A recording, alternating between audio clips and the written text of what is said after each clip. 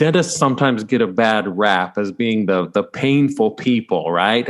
I think dentists are some of the greatest pain relievers there are. That makes me want to ask you, if I may, you talked about putting a patient at ease in an anxious situation. For a lot of patients, it's anxiety inducing even to go to any kind of a healthcare provider. I'm sure you've experienced that as a psychologist, right? Even though we've made a lot of strides, there's still sometimes a bit of a stigma attached to seeking psychological care in a lot of cases. So what have you seen that's helpful? Are there any general principles that come to your mind when you think of helping a patient to feel safe in the environment of care? What a good question. Absolutely. I think you and I both work in some of the most kind of stigmatized fields where people may come in with a lot of pre-existing anxiety, worry, and misinformation. So we're both starting from, a little bit behind the game, and we have sometimes to make up that ground. Some things that can be really helpful for, let's say, a primary care or general neurologist who's going to make a referral to a specialist, be it in the dentistry field, be it in the mental health field. The way that referral is made can make a very big difference. And a lot of times when I get referrals, it's from colleagues who know me personally. And they'll say, hey, I know Dawn Buse. Here's the kind of thing you're going to do with her. That can be very helpful. I have a website, and on my website, I have a couple guided relaxation exercises. And I tell colleagues who are referring to me, check out the website and press play and let the patient listen to a couple minutes of a diaphragmatic breathing or a guided imagery. Imagine you're at the beach and say, hey, this is what you might do. One of the things you might do. Or years ago, I was interviewed on a news program and so about biofeedback, and they actually took some nice video of actually doing biofeedback. And so I put that on my website too. And so I'll tell my colleagues or anyone referring to me or anyone in mental health, play 30 seconds of that video. Let the person see it. And what happens is I think it demystifies and calms the person to even encourage them to even follow through on that referral. So I think that's some of the things that happen before they even come to your door or my door. I think once they come to either our doors, people like information. It's helpful to know what to expect, what's going to happen. Again, in my experience with going to dental professionals, I've had some great experiences where people will say, now I'm going to put this here and it might feel like this. It might sound like this. You can expect this. It's going to last this long. And I find that personally very helpful. I like to know what to expect. And I took my 6-year-old for his annual checkup yesterday, and he had to get his flu shot. And he did it, and he did a good job. And we talked about it in the car on the way there. And we talked about inside, what it was going to feel like, how the alcohol was going to feel cold first and wet, and then the shot was going to be a sting, but it's going to be over before you know it. And then we're going to rub it. And then, of course, he was going to get some kind of treat, and his doctor came through with stickers and a book. So, but he knew that in advance. And a lot of our pain experiences, we all know, comes from perception. So, someone may be, let's say, one person's giving birth and having a baby, the other person's passing a kidney stone. They have very high levels of abdominal pain. And yet, a couple minutes later, one person is overjoyed and flooded with oxytocin and just one of the most joyous moments of life. Hopefully everything went well. And the other person has just passed this darn kidney stone. And it's amazing how much our perception of meaning of the pain, our understanding of how long it's going to last, what it's going to feel like, matters. And when it comes to things like, let's say, migraine, for example, somebody doesn't know they have migraine yet. Maybe they're having an aura, maybe they're having that early pain, and they jump to, oh my God, do I have a brain tumor? Have I had an aneurysm? And rightfully so, our nervous system is beautiful in its elegance of survival. And it puts us right into the fight, flight, or freeze mode. Our heart rate speeds up, our respiratory rate speeds up, and we release all these stress hormones so that we can run away from a tiger. And as we all know, when we're sitting still, we don't need our blood pumping and our adrenaline racing and glucose rushing through our system, but that's what our body does. When you add that fear response to a pain response, the pain experience is amplified. Again, back to a survival, We want to know if we're in pain. You want to get out of that situation. Well, you're not getting out of the dentist chair. So we're going to do the opposite now. Bring it down. Slow down the heart rate. Pace the breathing. Distract. Talk about your favorite vacation. Talk about where you're going next. Talk about, your favorite meal to make at home. Distract, calm, and soothe. And that simple breath is where it all starts. The shortest breath, just blow it all out and let it fill back in. Now that took a couple seconds. And in that couple seconds, we would have started to reverse that sympathetic activation, move into the parasympathetic rest and digest. We'd start slowing down the heart rate, relaxing the muscles. And of course, you all know better than me, those tense muscles are going to just feel every injection. They're going to feel every touch. Whereas those relaxed muscles and the distracted brain is not going to notice it. It's not on alert. So we just want to bring in all that good, calming, soothing, breathe, relax, talk about something real happy, talk about your favorite hobby, and keep distracting them. So that's something I think that goes across pain, from acute pain to chronic pain. The meaning. What does it mean? Are you in danger? Is it horrible? Is it unbearable? Or is it childbirth? It's going to be terrible. It's going to be a 10 out of 10. It's going to last for a while. And then you're going to have a beautiful baby. So meaning gives us a lot of the fear and the pain intensity experience. That is all such a fascinating set of ideas that you've discussed there. And the resources that you mentioned on your website sound like they're very useful. I mean, if you don't mind, I'll mention your website. It's dawnbuse.com. That's DAWNBUSE.com. Lots of great resources there for clinicians and for patients. And discussing the meaning of the pain made me think of how important and powerful diagnosis can be. I'm sure you've experienced this many times. I've seen in quite a few patients that in many cases, what people really want to know is what's going on. Sometimes even more than treatment, they want to understand what is happening to me. And when you can reassure them that this is not going to shorten your life, it may be very painful, but this is what this is, and this is how we understand what's going on in your body and in your brain. There's a lot of power in that. So those are such great principles that you threw out. Speaking specifically of migraine, let's talk further about some of your work with that. You, along with Dr. Richard Lipton and other colleagues, have published many studies of migraine comorbidity. Some of these studies include the AMPP, the American Migraine Prevalence and Prevention Study, another study called the CAMEO, or the Chronic Migraine Epidemiology and Outcomes, and then the Migraine Symptoms in America study. So can you please highlight some of the findings from these migraine studies?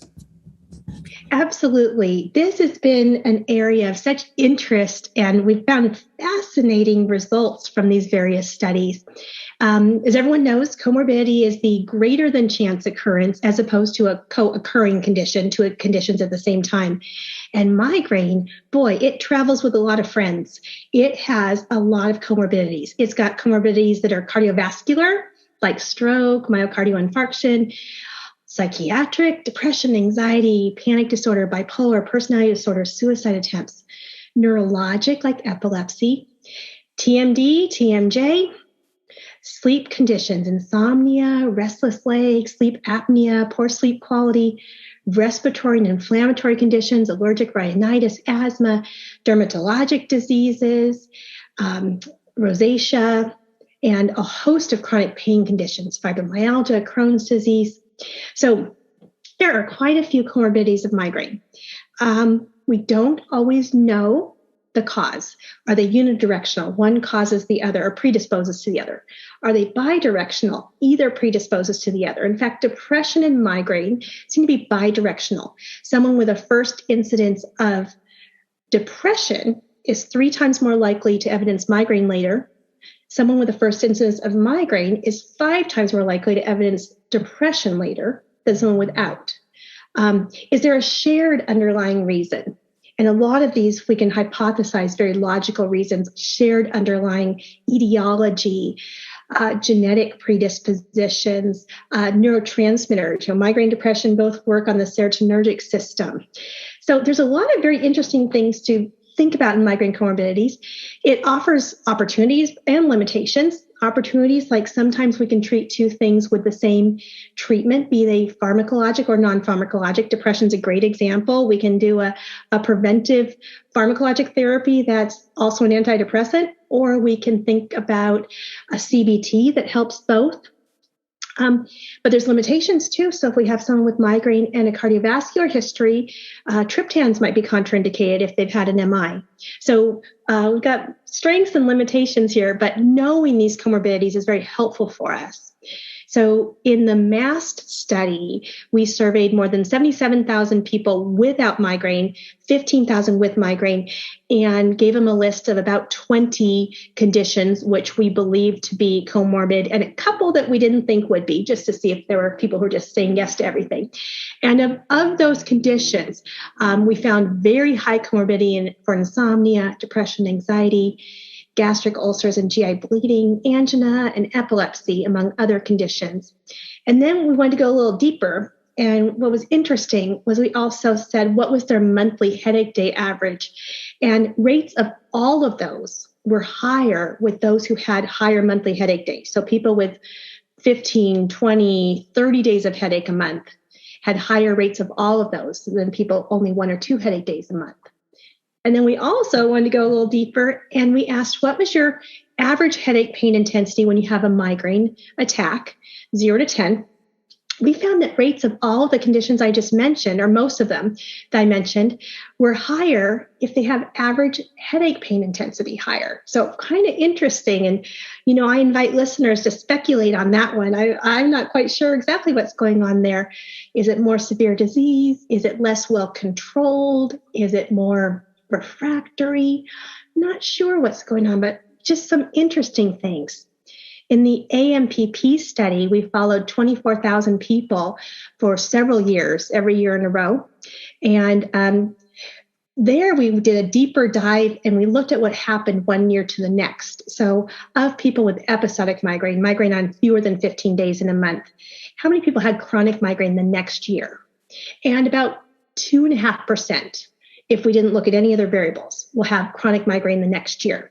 Well, it turns out if you've got depression, anxiety, if you snore, if you've got sleep apnea, if you've got a higher BMI, there's this whole range of risk factors that increase that risk of having chronic migraine the next year by 3, 4, 5 times. So something goes on there between the interaction between those two conditions. Again, we don't know. Are they both signs that disease is worse? Are they signs that disease is refractory, that someone somehow has gotten in kind of a negative cycle where they're constantly activated in the trigeminal vascular system? They're just not kind of calming down their nervous system between attacks. We're not sure what's going on there. But just to give you one more really interesting tidbit, went even further and looked at depression. And we broke down that depression into none, mild, moderate, and severe. And, I said, if you had depression, you were a couple times more likely to have chronic migraine the next year. Well, rates varied by how severe your depression was. So if you had severe depression, you were 3.5 times more likely to have chronic migraine the next year, as opposed to mild depression, and you were double your risk. So really interesting clinical implications for comorbidities, as well as, of course, we are at heart, we're all healthcare professionals. We care about our patients. We know that living with one painful condition is very hard. Adding these comorbidities really just brings down quality of life, whatever they are, even if they're not psychiatric comorbidities, especially if they're not psychiatric comorbidities, you're probably going to bring up some anxiety, some worry, maybe some depression, maybe feeling more hopeless and helpless about controlling your condition and getting back to better health. So it's helpful for us in whatever profession we're coming from, whichever we're subspecialties who really work together as a team, you and I. And it's helpful for us to all kind of keep these comorbidities in mind, because any one of us might see them, diagnose, and refer on to the right person, who may even be a dermatologist, maybe a cardiologist, or even just, as you were talking about before, knowledge being so encouraging and reassuring.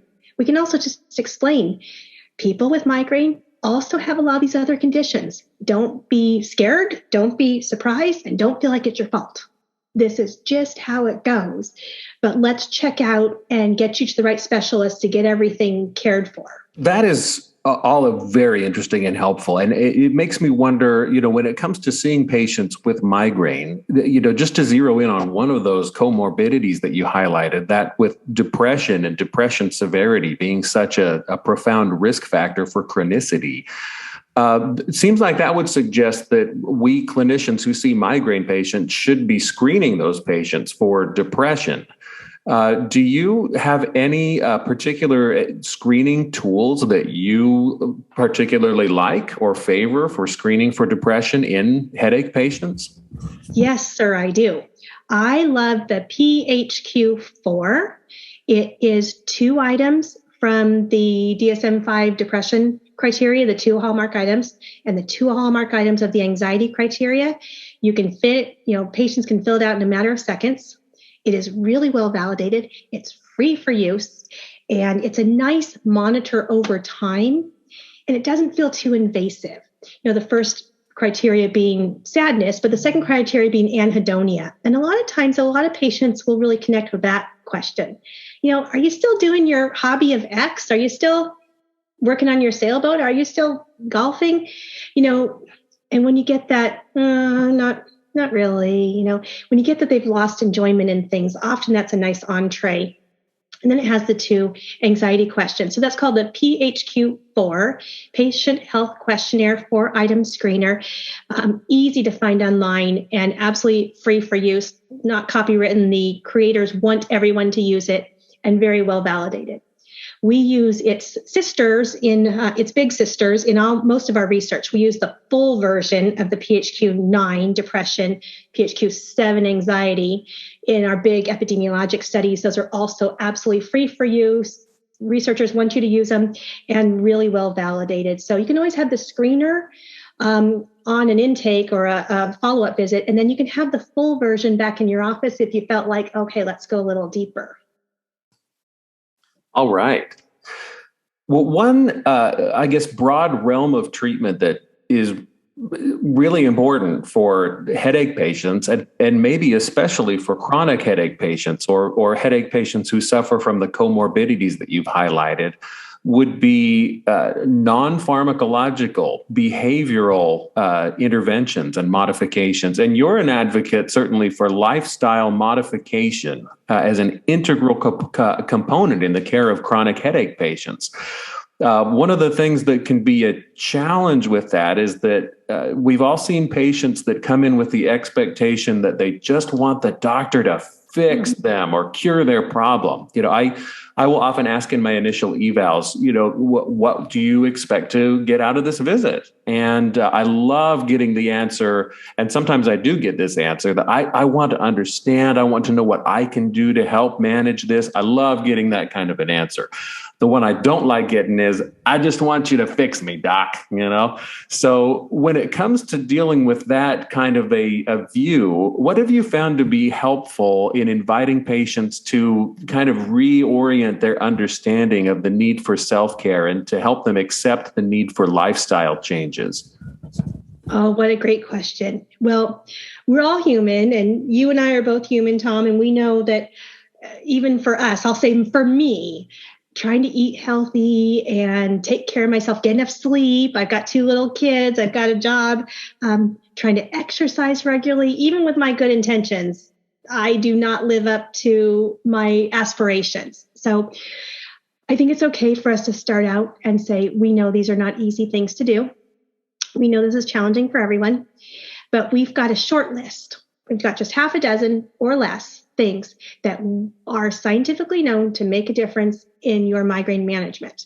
And we like to use the acronym SEEDS, SEEDS, sleep, exercise, your eating and drinking, staying hydrated. And our eating is a pretty basic, healthy diet with trying to eliminate unhealthy fats, keep a balance of more healthy fats. But it's not real fancy. You know, you may have seen a lot of migraine diets out there with elimination diets that get real specific.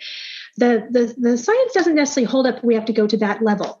It's eating on a regular basis, any kind of healthy, balanced fruits, nuts, grains, proteins, and keeping basically the healthy fats. It's a low inflammation diet that is helpful. So again, when we say something like that to a patient, that doesn't sound too overwhelming. Add some salmon, take out some hamburgers, and stress management. And that's it. That's our list. We don't have to go much deeper than that. I guess I should have said in the diet, we'll keep the caffeine low. But there's some really interesting, lovely data that friends of mine have done at Massachusetts General Hospital, Harvard Medical School, showing what triggers are really reliable for patients with migraine, people with migraine. Turns out they called it surprisal units. How surprising is it? Turns out what you do from one day to the next, the changes make a difference. So the nervous system really likes stability. Let's call it a boring routine. Same time to sleep, same time to wake. Eating every couple hours with a healthy kind of balance of nutrients. Not changes in stress. Did you know not only are high levels of stress potential triggers, but relaxation after stress? First day of your vacation, first day of spring break after finals week, first day of your honeymoon, we call it honeymoon headache. We call it weekend headache. Turns out the change in the nervous system just throws things off. So we want to keep someone on a regular routine. And again, you talked about people like information. That's information which is probably really interesting to someone. And if you said something like that, now you've got the motivation for why might they want to go do biofeedback? Why might it matter for them to practice relaxation breathing? Why does exercise actually make a difference in migraine? Now, once we know that something can make a difference and believe it, there might be a different level of motivation. It's easy to say it's not easy. That's true. But now there at least might be a glimmer of, okay, this is something that I should consider doing. In that same vein, I wanted to ask you about a concept called motivational interviewing, which I think probably fits hand in glove with what you've just described. And those of you who have listened to earlier AAOP podcast interviews will remember that term, which we discussed a little bit with Dr. Charlie Carlson in an earlier interview. But I would really appreciate hearing your take on that, Dr. Buse. If you could just maybe provide a broad outline of some of the principles of motivational interviewing. What is that? And are there ways that non-psychologist providers can employ motivational interviewing techniques when we care for our chronic pain patients? Well, thank you. This is a great topic. So thank you for mentioning it, Tom. Absolutely. Everyone wants to apply motivational interviewing all the time from whatever specialty you work in. So motivational interviewing is a way to talk to patients for effective shared decision-making. It really breaks down that older traditional model of the healthcare professional as the authority and the patient kind of just listens and follows along and does what they're told.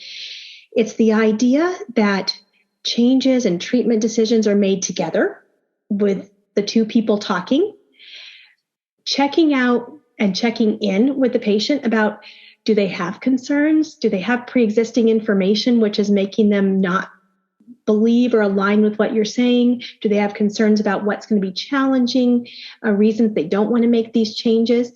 And it's real important to remember that, humans and animals alike, we all do things for logical reasons, whatever it is.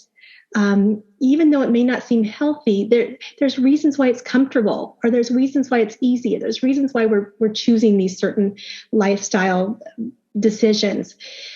So the way to often use motivational interviewing to get someone kind of on board is to say, how is this condition? How's your facial pain? How's your migraine affecting your life? And they're going to come back with an answer that's not a clinical trial answer. They're not going to say, I experience 14 days a month with headache and it affects my work productivity. They're going to say, you know what? I used to coach my kids soccer team and I can't do it anymore. And I really feel bad about that. And I really would like to get back out there. Now you've got your shared motivation. And all of the treatment plans and all the lifestyle recommendations, the behavioral recommendations, the medication recommendations, the intervention recommendations, you're going to keep tying back to, we want to get you back on the field. And here's some ways that we think we can do that.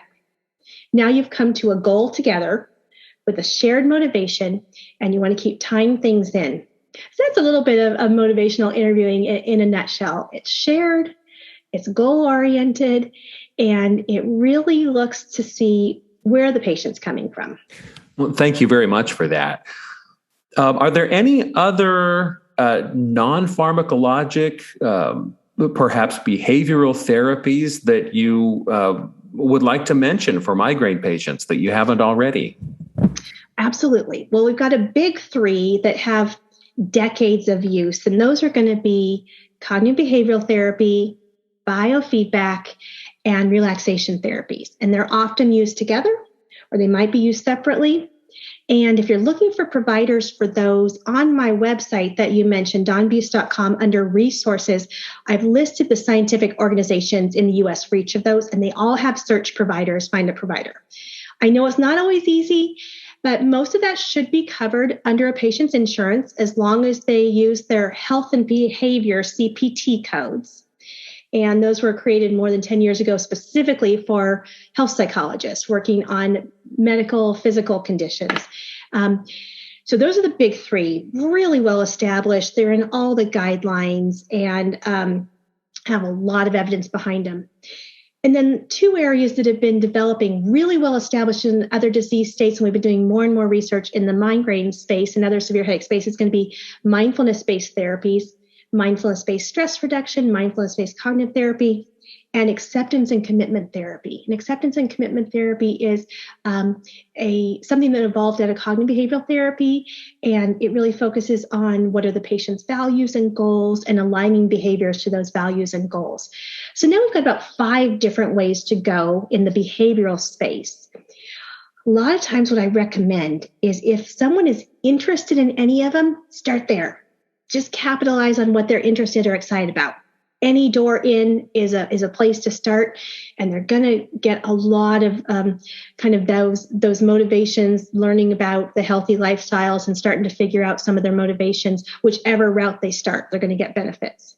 So that's usually what I recommend, is go with what the patient's interested in.